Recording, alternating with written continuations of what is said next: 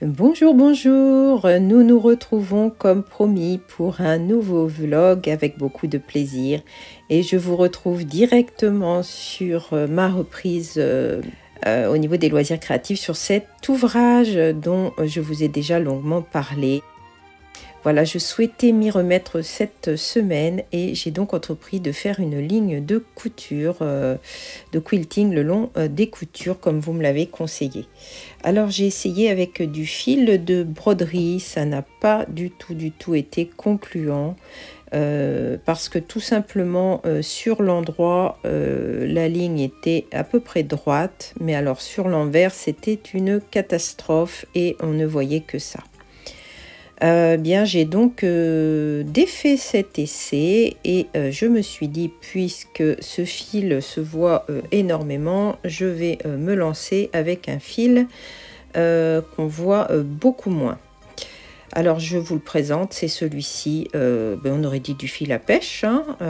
Ça n'a pas été concluant du tout non plus, difficile à manipuler, difficile à enfiler, difficile à coudre. J'ai très rapidement abandonné, défait ce que j'avais fait de nouveau et je me suis lancée dans la couture à la machine à coudre. Alors j'ai commencé par changer mon aiguille en me disant que j'allais mettre toutes les chances de mon côté. J'aurais dû me mettre à un endroit où j'avais beaucoup plus de place pour pouvoir positionner mon tissu. C'était un peu laborieux. Alors, je ne sais pas si c'est ce qui a fait que ça n'a pas vraiment fonctionné. J'ai eu beau m'appliquer, j'ai eu beau surveiller sur l'envers ce qui se passait régulièrement, avoir fixé l'ensemble. Quand j'arrivais au bout du surpiquage, eh bien, il y avait toujours un problème.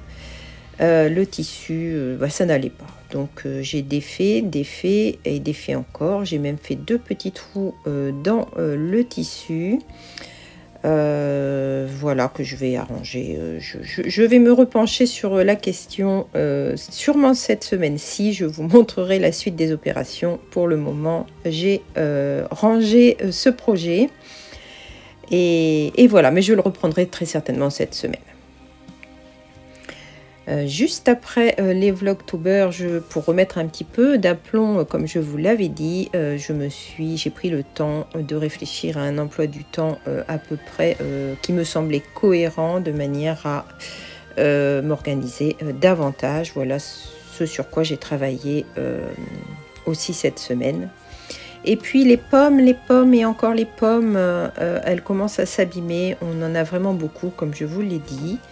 Alors j'ai décidé pour en conserver davantage sans les perdre, j'ai décidé d'en déshydrater une partie. J'ai fait ça, nous étions le dimanche matin. Je me suis dit qu'il fallait le faire avant qu'elle s'abîme davantage, ça aurait été dommage. Voilà, donc j'ai déshydraté des pommes.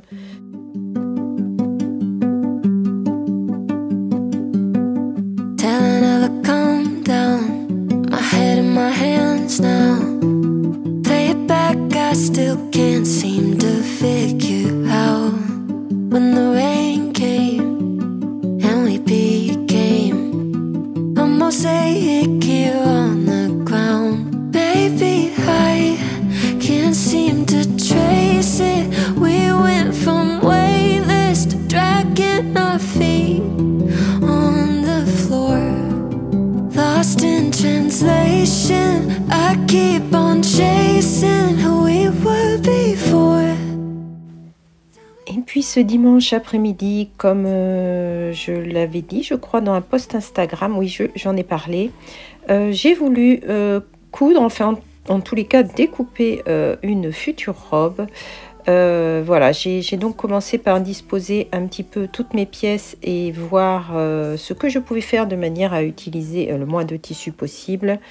Je m'y suis prise finalement de cette façon-là, puisque les manches sont bouffantes et elles étaient en 2 parties. Elles devaient donc être sur le pli. Voilà, donc après avoir bien travaillé sur la façon d'économiser le tissu, j'ai découpé cet ouvrage de manière à pouvoir le coudre très rapidement, je l'espère. Ce qui m'a vraiment décidé à coudre, c'est d'avoir acheté récemment 2 robes qui sont censées être des robes de qualité, et je suis extrêmement déçue par le tombé, par la tenue, voilà, je me suis dit qu'il fallait que je couse davantage de manière à avoir des ouvrages vraiment beaucoup plus qualitatifs pour un prix qui sera somme toute beaucoup plus raisonnable. Voilà ce qui a été le moteur de cette motivation, outre le plaisir bien sûr de se coudre un ouvrage. Voilà des choses à laquelle je réfléchis de plus en plus. Coudre mieux, acheter mieux et des choses de base de manière à ce qu'elles durent dans le temps, même si ça n'empêche pas bien entendu les achats plaisir. Voilà, cet ouvrage, écoutez, cet ouvrage est découpé. Quand sortira ce vlog, peut-être qu'il sera cousu ou pas, je ne sais pas, mais en tout cas, vous le verrez très certainement très bientôt, parce que j'ai hâte de mettre cette robe. Je me vois déjà dedans, j'aime beaucoup ce tissu, et c'était l'occasion de l'utiliser.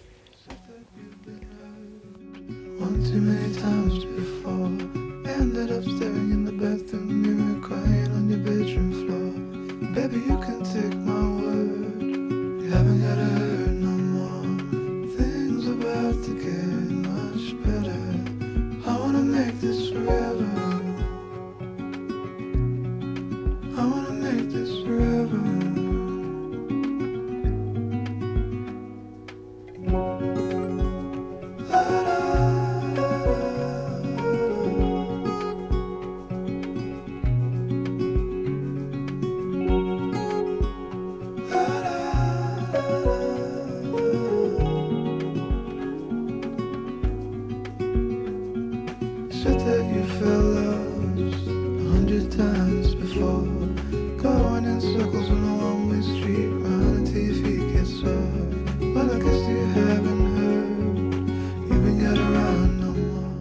J'ai décidé de ressortir quelques anciens livres de couture et je suis tombée sur ce modèle.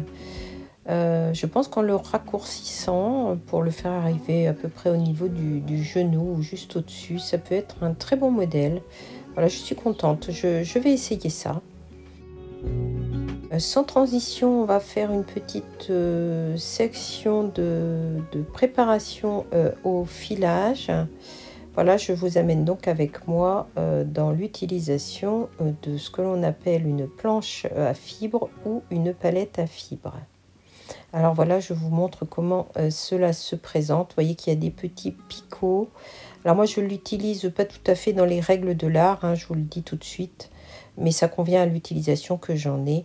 Alors le principe, c'est de positionner votre fibre là en l'étirant, vous voyez, de manière à ce qu'elle se prenne bien dans les picots.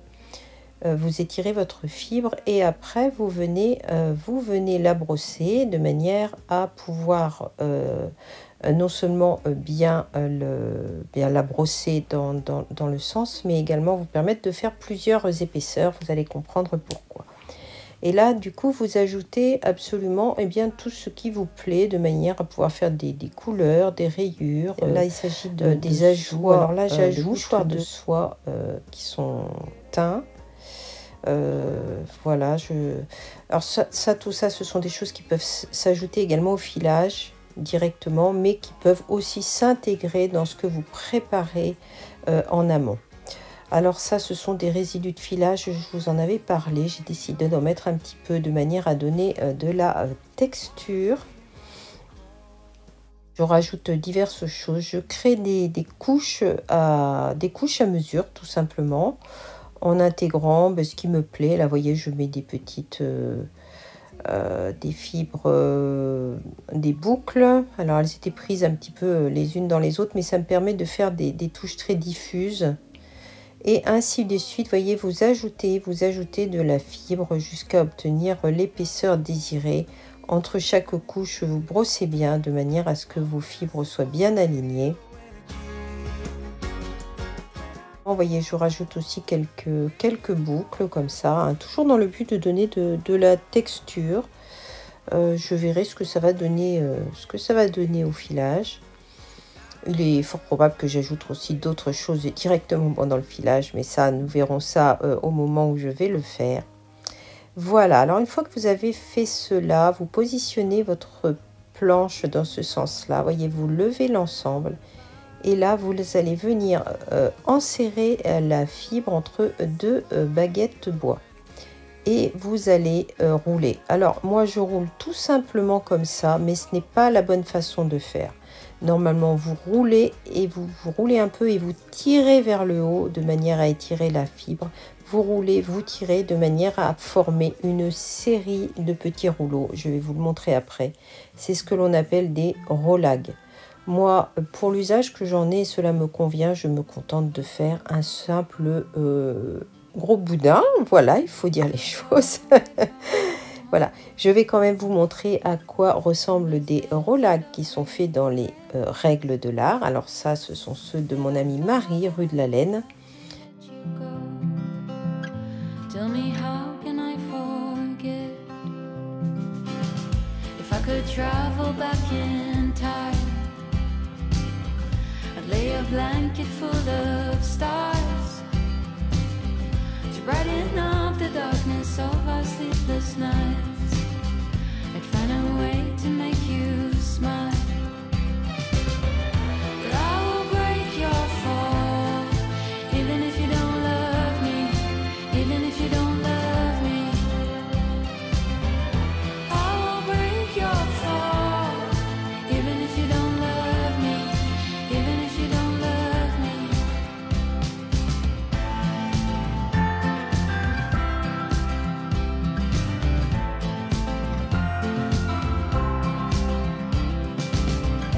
Words like water in my hands.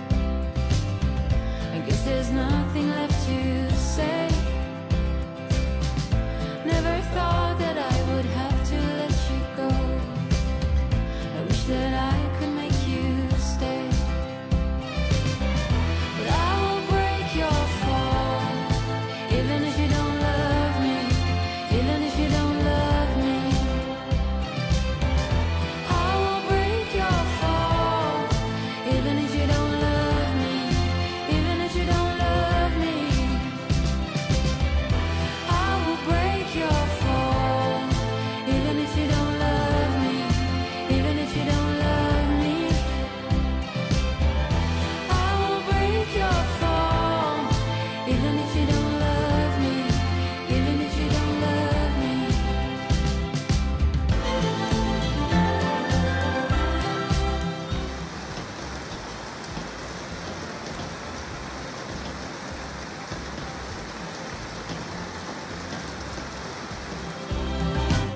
Alors, je ne vous ai pas beaucoup pris ensuite puisque vous l'aurez sûrement vu quand cette vidéo paraîtra, mais j'ai travaillé sur une vidéo de présentation de tissus, voilà, et je ne peux pas vraiment vous amener avec moi à cette occasion. Alors, nous nous retrouvons donc un petit peu plus tard le samedi matin, vraiment extrêmement tôt, hein, je vous dis très tôt, mais en fait il était 5 heures, je ne dormais plus, comme je devais m'absenter. Je me suis dit que j'allais en profiter pour avancer un petit peu sur mon projet couture. Alors quand j'avais fait la première version de cette robe, qui est la robe Île de Ré de la droguerie, je n'étais pas du tout satisfaite du positionnement des pinces et du tombé de la robe, le col guigné. Alors j'ai fait quelques modifications. Déjà j'ai supprimé le col en V, je vous le montrerai un petit peu plus tard. Là en fait je suis occupée à bâtir parce que pour que les pinces soient vraiment bien positionnées, j'ai décidé de bâtir, d'essayer et ensuite de vérifier le positionnement des fameuses pinces de manière à ne pas faire d'erreur et ne pas être obligé de redéfaire l'ensemble. Voilà, alors après de savants calculs, ne me demandez pas la façon dont je m'y suis prise. J'ai retracé de nouvelles pinces et je pense reprendre cette couture demain dimanche. Mais du coup, vous ne verrez pas le résultat puisque normalement ce vlog paraîtra demain matin. Voilà. Je précise que le tissu n'est pas lavé tout simplement parce qu'il s'agit de la Zanbi et qu'il n'y a aucun rétrécissement au lavage.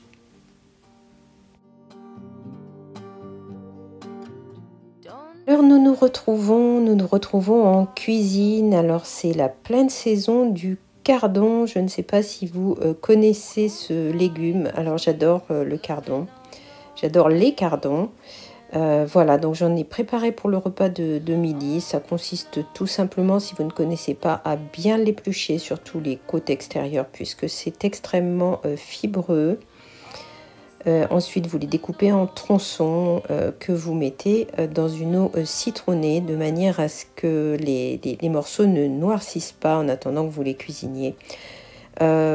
Traditionnellement, je pense que ça se cuit à la vapeur ou à l'eau. Moi, je les cuis dans un four vapeur fermé, donc je ne mets pas d'eau, je ne mets rien de tout ça. Je mets juste là un peu de crème liquide. Là, c'est de la crème de millet de mémoire. Voilà, un tout petit peu d'eau au fond et voilà, je mets à cuire et c'est quelque chose que j'adore manger en cette saison. Un petit point tricot en attendant de recevoir la laine que je souhaite pour me lancer dans un pull. J'avance sur ce tricot qui est le châle nuit estival. Je vous en ai déjà parlé. J'espère que je ne me trompe pas du nom de patron. Alors je mélange un alpaca avec une pelote célibataire. A priori les deux couleurs n'allaient pas ensemble, mais finalement j'ai fait un petit essai et ça me convenait parfaitement. Le modèle est légèrement différent de ce qui est préconisé, tout simplement parce que j'ai eu beau faire, je ne suis jamais retombée sur le bon nombre de mailles, donc j'ai fait un petit peu à ma sauce. Voilà où j'en suis, ce qui m'amène à évoquer le jacquard. Alors je n'ai pas fait de jacquard depuis presque 30 ans, vous voyez ici l'un de mes premiers ouvrages qui est un pull pour mon fils. Voilà, alors c'était tout simple, hein. Je commençais le tricot, j'ai tout simplement appris, je ne me souviens même pas, j'ai toujours vu dans ma famille tricoter, voilà, j'ai dû apprendre de cette manière-là. J'avais donc confectionné ce petit jacquard. Si j'en parle, c'est que j'ai envie d'en refaire et que je n'en ai pas fait depuis. J'avais donc fait ce petit ensemble. Alors un jacquard très très simple, hein. Je n'ai jamais étudié aucune méthode sur le jacquard. Et en rangeant, j'ai retrouvé celui-ci que j'avais fait du coup pour Heidi, ma fille, qui pareil a 26 ans. Vous voyez qu'il y a une jolie tache de bébé. Voyez que ma méthode pour le jacquard laisse un petit peu à désirer, mais l'ouvrage est vieux, il a beaucoup été lavé, il s'agit de laine acrylique. J'avais quand même réalisé l'entièreté de cet ouvrage en jacquard en n'ayant aucune notion de la façon de croiser les fils. Je vais quand même vous montrer à l'intérieur. Vous voyez que je ne devais pas savoir faire les boutonnières non plus, puisque j'ai tout simplement cousu des pressions et fait semblant qu'il y avait des boutons. Vous voyez l'intérieur, voilà mon croisement de fils. Bon, je pense faire de la même façon. J'avais quand même fait des petits lapins. Je trouve que pour une novice, je ne m'étais pas trop mal débrouillée. Un petit clin d'œil à ce rafistolage au fond pour la couche, qui ma foi a l'air d'avoir tenu dans le temps. Voilà. Voilà, c'était amusant de retrouver ces deux ouvrages en rangeant, alors que avec presque 30 ans d'écart, eh bien, j'ai envie de retenter l'aventure du jacquard. J'ai pensé peut-être commencer avec le soldotna, je ne sais pas. J'ai acheté le patron, mais aussi étrange que cela paraisse, je n'aime pas tricoter en anglais.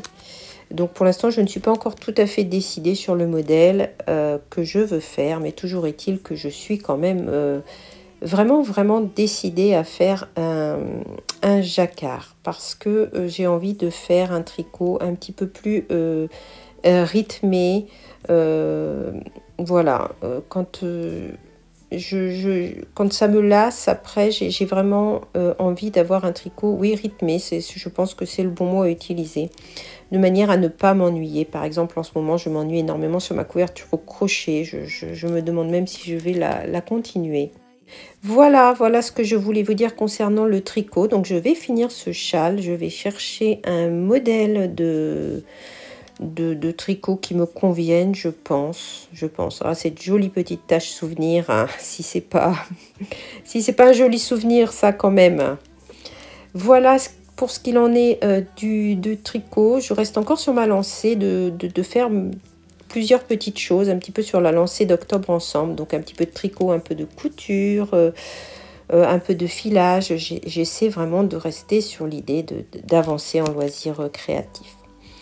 Voilà, nous allons nous quitter sur ces quelques images et nous nous retrouvons la semaine prochaine avec beaucoup de plaisir. J'ai vraiment hâte de vous parler de plusieurs choses qui doivent arriver. Je suis très très impatiente.